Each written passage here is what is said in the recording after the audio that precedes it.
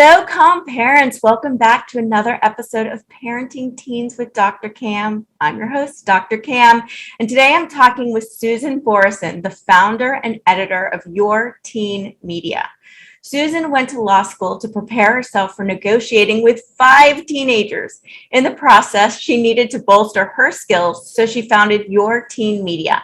In the past 14 years, YTM has helped countless parents also searching for the tools and advice to be the best parent they can be. Welcome, Susan. I'm so happy to have you here. Yeah, thanks for having me. Absolutely. Let's start in. So what inspired you? Okay, 5 kids. I'm guessing that's part of the story. What inspired you to start Your Teen Media? It really was a simple story that I think a lot of people experienced. There were so many resources for having young kids, starting with a play group where parents shared, my kid's not pooping, they're not sleeping. And there was no judgment attached to any of those things. We just shared them. Mm-hmm. And Parents Magazine came and I read it cover to cover and took little mini tips in a little box that changed my day. And then all of a sudden, I was so keenly aware that all of it was stopping. And I did not find parenting to be a cumulative skill set. I hit each stage with the same sense of like, now what? I don't know what I'm doing. And so I would complain to my husband, like, why isn't anyone doing this? It's so crazy. Like, so much was available when the kids were young. And now I'm entering tween years with my kids, and I can't talk to my friends because that feels way too vulnerable. We are so wedded to perfection that if I'm going to be vulnerable and the response is, I'm sorry to hear that, I can't live with that. Like, if I'm going to say it to you and you're going to say it back to me, then yes, that's a conversation that keeps happening. But it doesn't really work like that so readily. Like, not a lot of people want to really let you in behind the curtain. And then the other piece of it is there is a sense that it's someone else's story now. So I could talk about my baby not toilet training, but what if my 13-year-old's wetting their bed? I am not telling anybody that. Like, they're or much more serious and grave things than that, but all painful to us as parents. And so to me, like, a magazine was this ideal way of reading it. I mean, countless times I found that I was not alone, just in general reading. And that was so bolstering. And I wanted to do the same, for other people, but really also for myself. So that was the impetus for moving forward with this. It's so true. And I think I talk to a lot of parents who feel like what they're going through is unique to them. Like, no one else is going through this, just them. And they feel like they're failing as a parent. Yeah. Why do you think, and they're afraid to ask for help.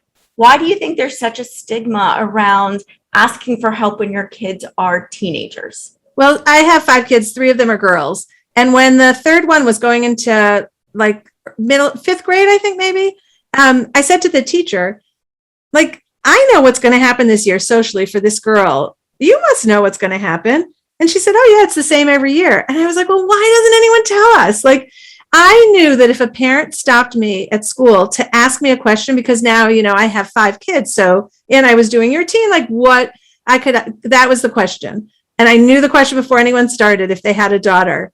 My kid didn't get invited to the party. Do you think I should call the other parent? Because maybe the invitation got lost, or maybe I should just tell them that my kid feels really badly and they'll invite my kid. That is such a universal experience. And what we don't remember is that it happened to us, and it continues to happen to us throughout our lives. But we have the skills to like say, I don't get invited to everything. Monday, if the wedding is Sunday, Monday, I'm not going to care anymore. This will go away. But when we see our girls in that situation, it feels like the end, like so big and dramatic. But I am here to tell you, it happens to everyone. And don't call the other parent. Just don't. There won't be satisfaction. Yeah. And it'll embarrass your kid. Well, I mean, some kids actually want to get that information, but like, what is the meaning of getting an invitation that you had to ask for? What situation do you arrive to that party in? And also, you're probably not getting the invitation, Yeah.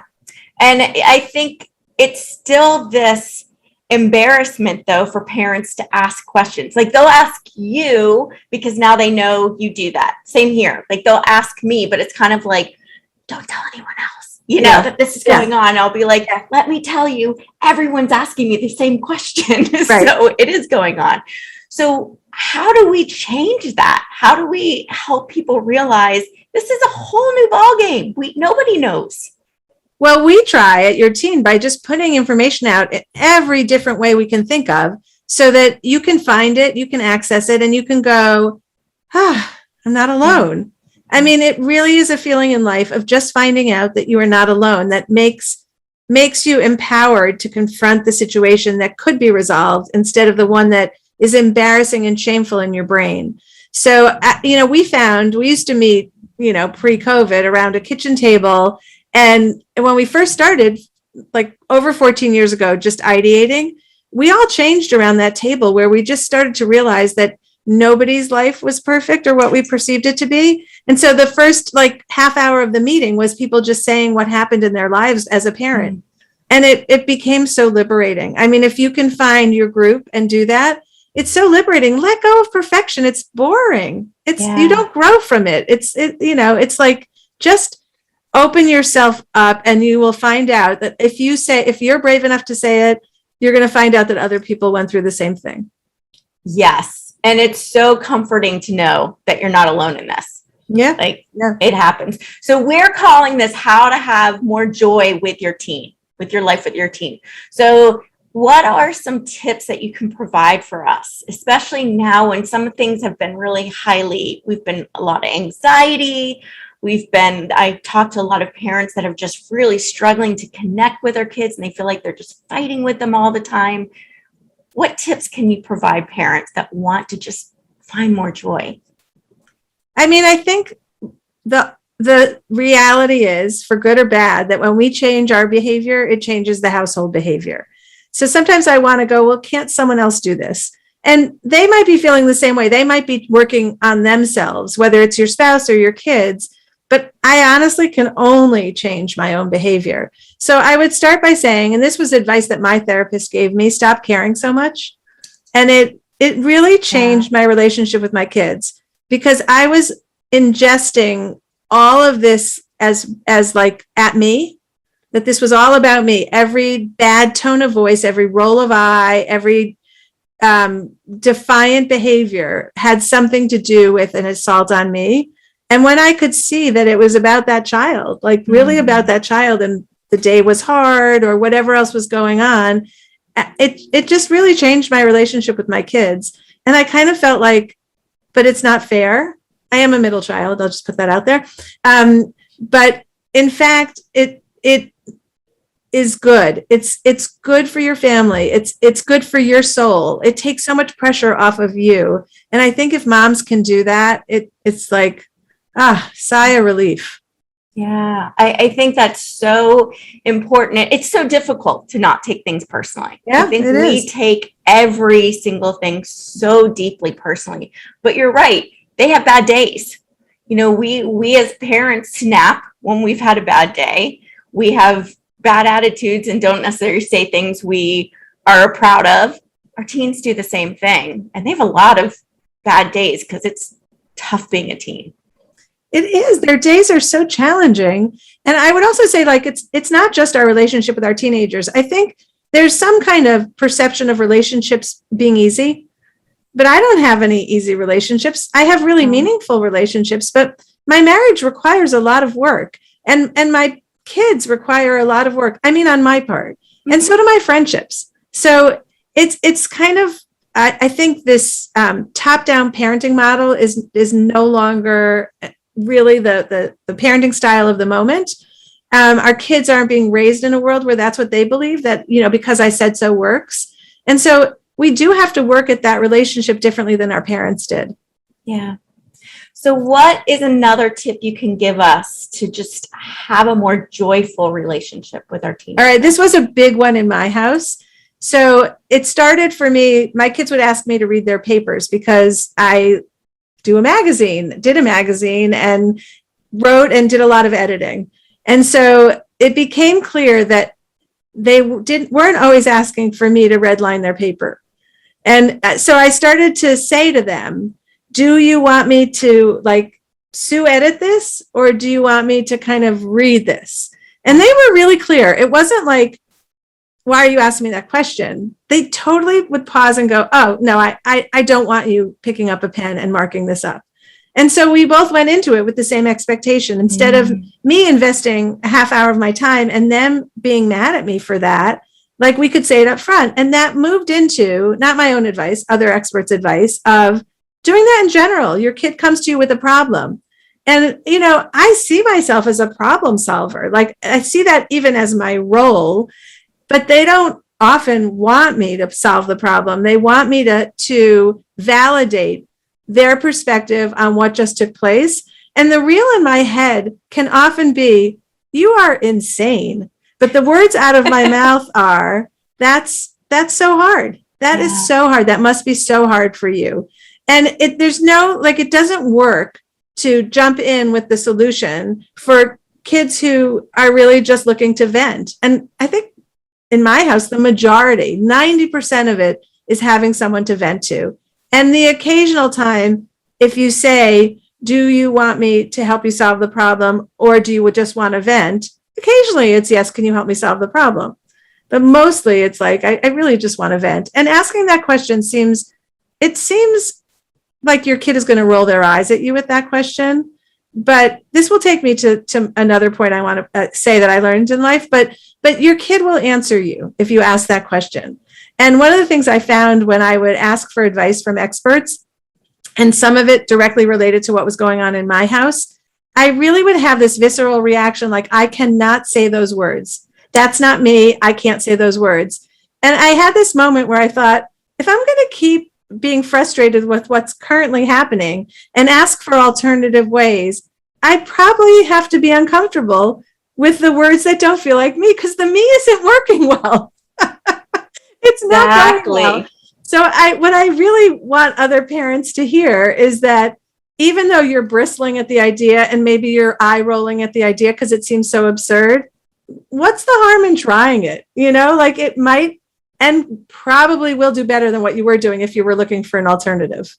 That's such a good point. I think a lot of times parents are hoping for a solution where they don't have to change, but there's some easy magic bullet to make their teens change how they're responding to what they're already doing. Yeah. And it doesn't work that way.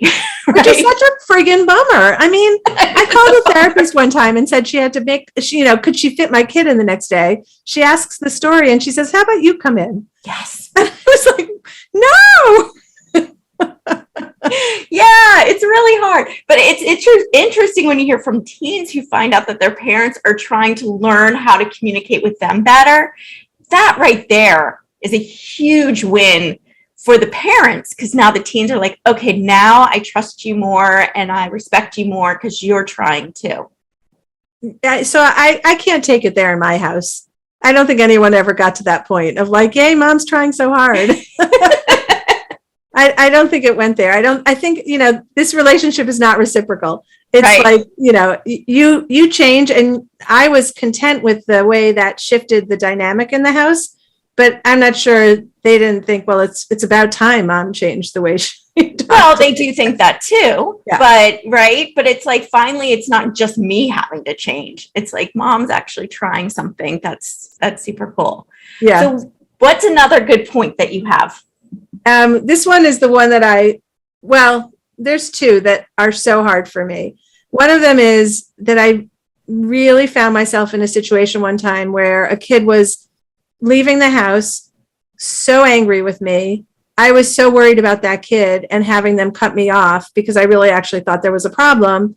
And so I had to apologize for something that I didn't do anything, but I did hurt that kid in some way, even though their state of mind was more vulnerable and what I said was really not outrageous. And I found myself nervous letting that kid leave without us having a relationship, digging their heels into something that they believed was a reality. And so I apologized.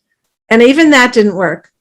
I had to apologize a lot, and I had to apologize with real clarity. Like, I feel like I hurt you, and I would never want to do that. And for that, I'm so sorry. And it took so much like taking pride out of the story, because in my mind, that was so backwards. but I can't even tell you how grateful I am that somehow at that moment, I felt too nervous about having that kid walk out the door, that I could summon up like I'm sorry. And it just became like easier to do over and over again. And I really think that we can always apologize in a way that's authentic, that isn't, I'm sorry you screamed at me, right? Or I'm sorry you're a jerk. You can find something in everything where it's true. I am sorry that I hurt that kid. Now, if you heard the story, you'd go, well, that kid, that was insane, right? But I was, of course, sorry that it in any way interfered with our relationship. So I guess, I want to say the message is so counterintuitive. Sometimes you just got to say you're sorry, even when you didn't really contribute, because the relationship is more important than who's right. Yeah. And, what comes up for a lot of people with that, I think, is, oh my gosh, if I apologize, I'm basically undermining my own authority. Like, why am I the one apologizing? So what can you explain to parents, like, if you feel if you're apologizing and admitting you're wrong, that's going to diminish your authority with your kids? I guess I kind of let go of this notion of authority. Now, it's true, I didn't feel that way with my oldest, and I had a lot of years to practice and a lot of advice in those intervening years. But what I really ended up feeling like with my kids was that it just works so much better if we work it together, if we're in a relationship and we respect each other. I mean, I had asked kids at certain times, like, well, that clearly didn't go the way it should have gone. What do you think the consequences should be? And, they often were right on it, like, well, I guess, how about this? If it's a trust issue, how about this? If it's whatever, like if I impose it, if I come up with this top-down approach to it, there's just resentment. And like, I found at the times where that was most pronounced, that kid was struggling so much anyway. And like, if the world is beating my kid down, do I really, it's like they get sent home from school because they do something wrong and then we layer on punishment. Do I want to do that? Do I want to take them down even more? Yeah. What I'm hearing too, it's not a lot of times I think when we parent, people parent from a us versus them. Like either I win or they win, and one of us is going to win. And what you're saying is it's not about you win or they win. It's about you guys winning together. Like you guys are on the same team and you're both trying to win and succeed at something. And it didn't take away from the right of my husband and I to say no to something, but we were more inclined to explain what the motive was, which required us to think about, what are we afraid of? Like, is this a legitimate fear? Is this some like long assumption held fear that doesn't really exist? So it does make you think. There aren't a lot of like definitive, well, no, you can't do that because I said so. Yeah. And by the way, I never found it to work with my kids anyway when I said it. No, because then they just think you don't have a good answer. And that just gives them more fodder for saying, oh, they're just being mean. I think they get more sneaky when you kind of set rules that they're not going to listen to anyway. And, Yeah. Or don't understand. Or, can't see behind it what your rationale is. Yeah. So now that you've raised 5 kids, what's something that you wish you had known at the beginning or earlier when they were teens, when they were first becoming teens? I would say that particularly with my first kid, I didn't do for her, but I felt for her in a deep and over-invested way. And particularly as it related to like college and now things really count. I think I saw an end game that was mine. Mm-hmm. And I learned, because we got more invested in college as a space and just talking to experts, and because I'd already gone through it, that where you go just doesn't matter. And why take 4 years of high school and spend it on 4 years later? Like, why not find what you enjoy in high school and take every day of your life and do it for that day and not for like what may come your way later on? So that my youngest 2 are the beneficiaries of a very removed emotion from that whole process. I'm like, yeah, it's fine. Yeah. We do get very invested. And I think why why do you think parents are so invested and have such clarity of what the right thing is for their kids that they don't want to let go of that, even if their kids are completely like against it? I think that it was such a report card for me and really unhealthy way to live. But I've really lived in fear of rejection for my kid from college in a very big way. Like how it was shameful, the idea that this could happen, and how would we proceed? Mm-hmm. And who cares? I mean, let's just say other people are saying, oh, that's so sad that they didn't get in. Okay. All right. Well, something else will work out. Yeah. And that's because we're going to teach our kids how to make something else work out. Yeah. So it's more about us than them. I mean, such 100%. And I mean, I think our kids pick up on what's going on out there in the world anyway, like school counselors, teachers that see potential, friendships that are competitive. It's all out there anyway. Yeah. But at the end of the day, I didn't have to ratchet it up. I could, and later on did, bring it to a healthy place where that's just not our priority in our house. Yeah. So what is your priority in your house? I mean, I want kids who can face the world, that they have. Resilience is so overused, but what else can we do? What else can we have? We are going to have things come our way. Life does not allow a smooth, straight path. Yeah. And so if I can see that a kid can handle a bump in the road, I feel really good about it. I feel like, oh, job well done. Yeah. And can you give us just one tip on how you help your teen or your kids, they're grown now, but how you helped your kids develop that resiliency? I think we let them own their own stuff. Mm. I did just tell this story yesterday, but I'll tell it again because I think it's so funny. One of my kids, we would get emails from the school that they got a failing grade on an assignment because they didn't hand it in. So they'd get a 0 on an assignment because they didn't hand it in. And I would just forward it to that kid. And so that kid came in one day and said, oh my God, I can't stand that you keep forwarding these emails to me. I'm getting it in. It's just not recorded yet. It's mm-hmm. late. Mm-hmm. So I said, oh, okay, well, I have the perfect solution handed in earlier, and I won't get the email, and I won't forward the email to you.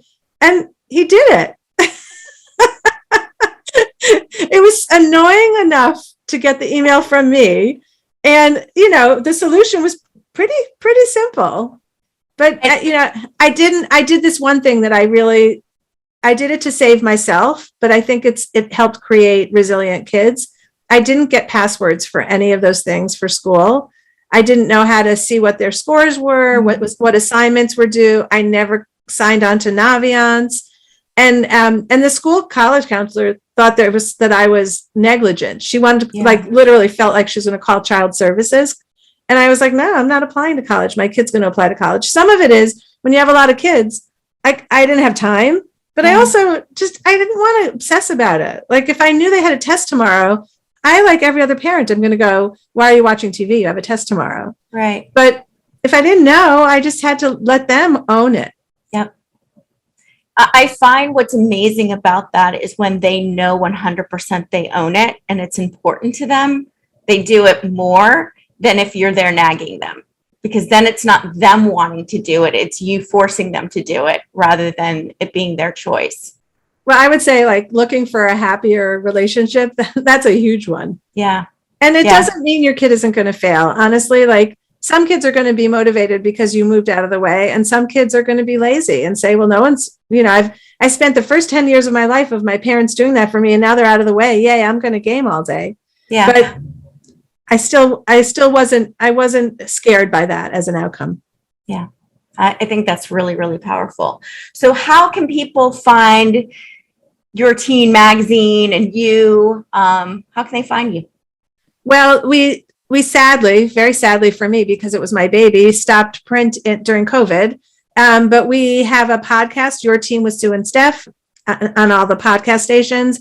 We do a 10:30 a.m. Eastern time Facebook Live every day on our Facebook page, on our Your Teen page. We have yourteenmag.com. on our website, you'll see that we have courses there. We have an 8-week college course that was unbelievable for helping parents just kind of, also, we always like to say, bring it down a little bit, bring the anxiety and the pressure down. And it was 8 weeks of like extraordinary advice from such good experts. And where else? We're on all the social media platforms, Instagram and YouTube and LinkedIn and Facebook. And I think I might have covered all of it, but there's a lot of stuff. Everywhere. You're everywhere. We try to be where moms in particular would be looking for information. Yeah. So the arsenal of 14 years of advice and blogs and information that will make you a better parent, it's all there. That's amazing. Really great resource. Thank you for doing that. I know a lot of parents really need that. So before we go, any parting words of encouragement for parents with teenagers? I really believe that this is the most forgiving profession. And not only is it the most forgiving, striving for perfection is unattainable. So let go of that and just know that when it doesn't go well, our kids are so receptive to our acknowledgement of that. And you can even change your mind, like you came up with a response for something and you slept on it. And you can go back and say, either you discussed it with a partner or you just woke up and said, I didn't like the look on their face when I told them that. And you go back and you say, can we ever redo? I feel like I didn't do that right. How could I have done that better? Or we have a new game plan. What do you think about this? And it's such a freeing perspective on parenting that, you yourself can rest easier knowing that there's room to react like a human being, to lose your temper, to do all the things that we do in life and still be a great parent and raise a great child. That is a really great encouragement. I know a lot of parents struggle with that, going, how do I do this right all the time? And you don't have to, but it's okay to go back and redo. And it's okay to admit when you didn't do it well and learn. So that is really, really empowering. Thank you so much, Susan. Really appreciate that you were here today with us. Thanks for having me. And thank you, parents, for taking time out of your busy day to spend with us. If you want to learn more about how to help your teens succeed, you can grab my free guide, 7 Secrets to Motivating Teens, at askdrcam.com/motivateteens. Finally, if you enjoyed this episode and all the helpful strategies Susan shared with us, please take a quick moment to rate and review. This helps other parents like you find the show. I encourage you to share it with a friend as well. Until next time, have a peaceful, positive, calm day.